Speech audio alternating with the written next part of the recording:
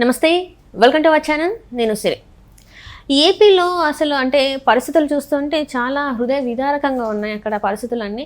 అలాంటి టైంలో ఇక్కడ ఏపీ మాజీ ముఖ్యమంత్రి గారు ఎవరైతే ఉన్నారో జగన్మోహన్ రెడ్డి గారు, తనైతే లండన్ ప్రయాణం పెట్టుకున్న సంగతి అందరికీ తెలిసిందే. మరి తను పోస్ట్ పోన్ చేసుకున్నాడా లేదా, దీని మీద అయితే చంద్రబాబు నాయుడు గారు కొంచెం చమత్కారంగా మాట్లాడింది అయితే ఒక వీడియో మనం చూస్తున్నాం. సో దీని మీద మాట్లాడడానికి మనతో పాటు ఉన్నారు ప్రముఖ సీనియర్ జర్నలిస్ట్ డాక్టర్ దుర్గవడ్లమణి గారు. నమస్కారం మేడం.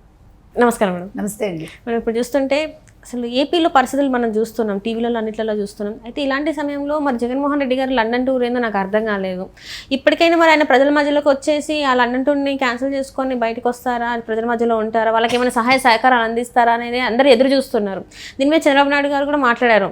మనకేం పని పాట లేదు, ఆయన పని ఉంది కాబట్టి ఆయన లండన్ వెళ్తున్నాడు అని చెప్పేసి కొంచెం చమత్కారంగా మాట్లాడడం కూడా మనం చూసాము. సో అసలు దీని మీద మనం దీన్ని అసలు ఎలా చూడాలంటారు? అంటే దెబ్బకు దెయ్యం దిగుతుంది అంటారు కదా. మొన్న దెయ్యం దిగింది జగన్కి, చంద్రబాబు నాయుడు గారి దెబ్బకి బురదలో దిగాడు. ఇవాళ నిన్న ఏమన్నారు చంద్రబాబు నాయుడు గారు, మనం పని పాట లేకుండా ఇలా తిరుగుతున్నాము, ఏదో ఇలా తిరుగుతూ పనులు చేస్తున్నాము, పాప ఆయన చాలా పనులు ఉన్నాయి జగన్మోహన్ రెడ్డికి, అందుకే పాప లండన్ వెళ్ళాలి, ఆయన రేపు లండన్ వెళ్తున్నారు అన్నారు. సో ఆ దెబ్బకి ఇవాళ లండన్ ఫ్లైట్ ఆగిపోయింది, క్యాన్సిల్ చేసేసుకున్నారు. ఎందుకంటే అసలు ఎంత లాజిక్ లేకుండా, ఎంత అంటే అసలు ఎవరు చెప్తున్నారు జగన్మోహన్ రెడ్డికి అంటే ఇలా మాట్లాడమని. అంటే ఒక ఇరిగేషన్ డిపార్ట్మెంట్ మీద అవగాహన లేకుండా, నదుల మీద అవగాహన లేకుండా, ఏర్ల మీద అవగాహన లేకుండా మాట్లాడుతున్నాడు ఆయన. నిన్న చూసాం కదా జగన్మోహన్ రెడ్డి మళ్ళీ రెండోసారి వచ్చాడు. అంటే 5 ఏళ్ల పాలనలో ఎప్పుడూ ప్రజల్లోకి రాని పెద్ద మనిషి దెబ్బకి నీళ్ళల్లో దిగాడు,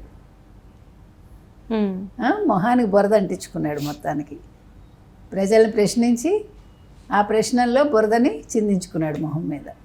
నిన్నను అసలు బుడమేరు గేట్ల గురించి మాట్లాడతాడు, బుడమేరు వల్ల చంద్రబాబు నాయుడు ఇల్లు మునిగిపోతుంది అంటాడు. అంటే అసలు అంటే మనకే నాలెడ్జ్ తక్కువ ఇరిగేషన్కి సంబంధించి, మన సబ్జెక్ట్ కాదు అది, బట్ తెలుసుకుని ఏదో మాట్లాడతాం మనం కూడా. అంటే అన్నీ చెప్పేస్తాము, అన్నీ మనకు తెలుసు అని కాదు, ఆ సబ్జెక్ట్ మీద అవగాహన తెచ్చుకొని మాట్లాడతాం.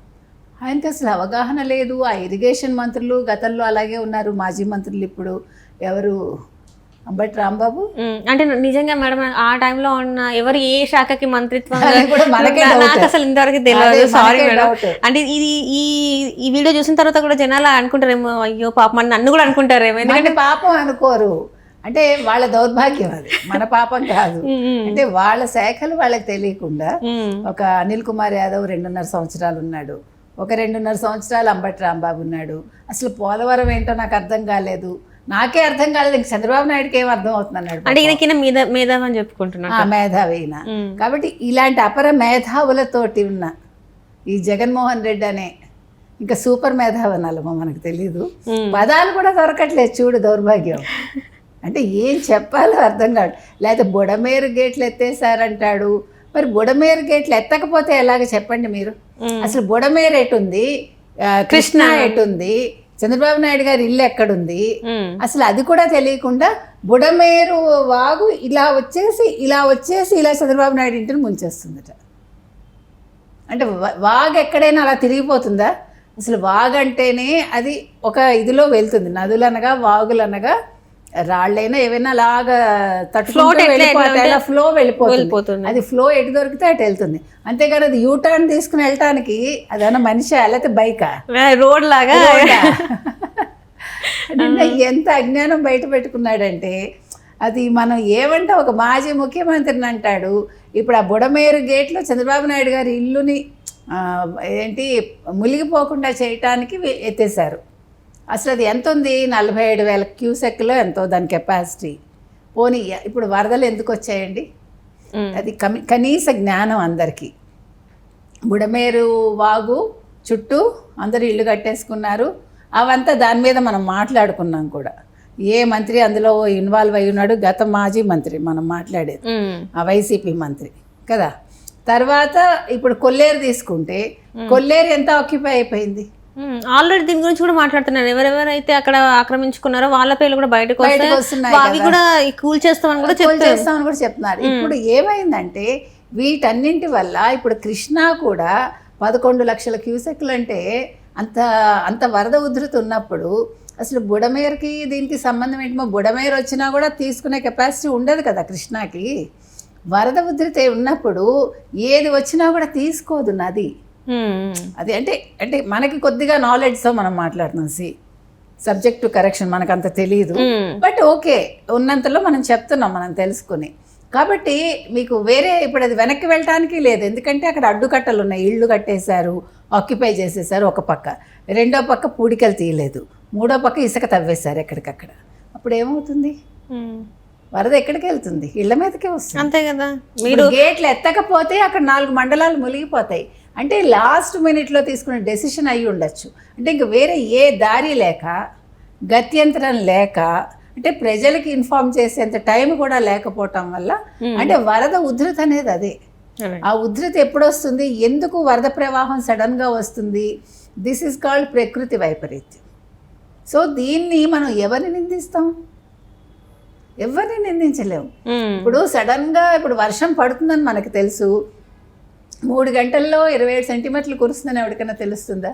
3 రోజులు కురవాల్సిన వర్షం ఏకబిగిన కురిసేసిందంటే అది ఎక్కడో ఏదో తప్పిదం, అది ప్రకృతిలో తప్పిదం. అది అంటే మానవ తప్పిదం కూడా కావచ్చు, మనకి తెలియదు. అది మనం ఇష్టానికి ఇళ్ళు కట్టేసి, ఇష్టానికి నదుల్ని ఆక్రమించేసి, ఇవన్నీ చేసేసినప్పుడు అది మళ్ళీ ప్రకృతి మన మీద పగబడుతుంది. ఖచ్చితంగా ఆల్రెడీ మనం చూస్తున్నాం. ఇప్పుడు నేను ఇల్లు కట్టేసుకోవాలి, సరే అక్కడ స్థలం దొరికింది, నదిలో కట్టేసుకుంటాను నేను. తర్వాత పొంగిన తర్వాత మళ్ళీ మళ్ళీ నా ఇల్లు మునిగిపోయాక ప్రభుత్వం నాకేం చేయలేదంటే అప్పుడు ఎవరిని బ్లేమ్ చేయాలి? మనం కట్టుకున్న నన్ను కదా తిట్టాలి. సో ఇవాళ జగన్మోహన్ రెడ్డి మొత్తానికి నిన్న అర్థం పర్థం లేకుండా మాట్లాడాడు, మొన్న కూడా మాట్లాడాడు. బుడమేరు గేట్లు ఎందుకు ఎత్తేసారు? చంద్రబాబు కోసం ఎత్తేసారు. తెలుసుకో నాయనా, తెలుసుకో ప్లీజ్. జగన్మోహన్ రెడ్డి తెలుసుకుని మాట్లాడు. తర్వాత ఈయన ఏదో సాయాలంటాడు, ఇదంటాడు, అవన్నీ తర్వాత మాట్లాడుకుందాం. ఇప్పుడు మాత్రం జగన్మోహన్ రెడ్డి మొత్తానికి లండన్ అయితే వెళ్ళటం లేదని మనకు తెలిసింది. మొత్తానికి అంటే చంద్రబాబు నాయుడు గారు చేస్తున్న సహాయక చర్యలు చూసి కూడా ఇంకా బుద్ధి లేకుండా చంద్రబాబు నాయుడు ఏమీ చేయట్లేదు, చంద్రబాబు నాయుడు వల్లే ఇది జరిగింది, ఇవాళ కృష్ణా జిల్లా మునిగిపోవటానికి లేకపోతే విజయవాడ మునిగిపోవటానికి కారణం చంద్రబాబు అంటాడు ఆయన. కాబట్టి అసలు నువ్వు గతంలో ఏం చేశావు? పరదాలు కట్టుకుని పడుకుని నిద్రపోయిన నువ్వు ఇవాళ ప్రజల్లోకి ఎందుకు వస్తున్నావు అంటే, ఇక్కడ కూడా మీరు ఇంకా దౌర్భాగ్యం ఏంటంటే, ఒక గ్రూపు పెట్టుకుని రక్షణ వలయంలో రావడం సరే, వస్తాడు, ఒక బిస్కెట్ ప్యాకెట్ తాడు, ఒక మంచినీళ్ళ ప్యాకెట్ తాడు, ఒక మజ్జిగ ప్యాకెట్ తాడు, ఓ పాల ప్యాకెట్ అంతకంటే తాడు, వచ్చి ఏం చేస్తాడు? సీఎం సీఎం అని అర్పించుకుంటాడు. అంటే వాళ్ళందరూ కూడా పెయిడ్ బ్యాచ్ అనమాట. నవ్వుతాడు. నువ్వు దేనికి వచ్చావు? బాధితుల్ని పరామర్శించడానికి వచ్చావు.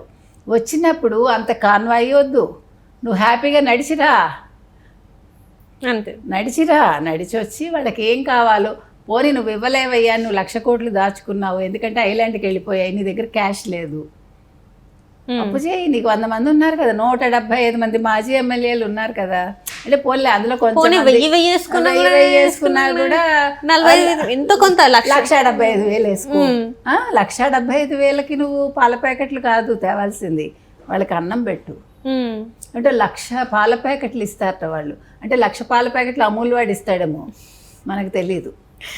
అంటే ఈయనకి వాళ్ళతో కుమ్మక్కయ్యాడు కదా అప్పుడు.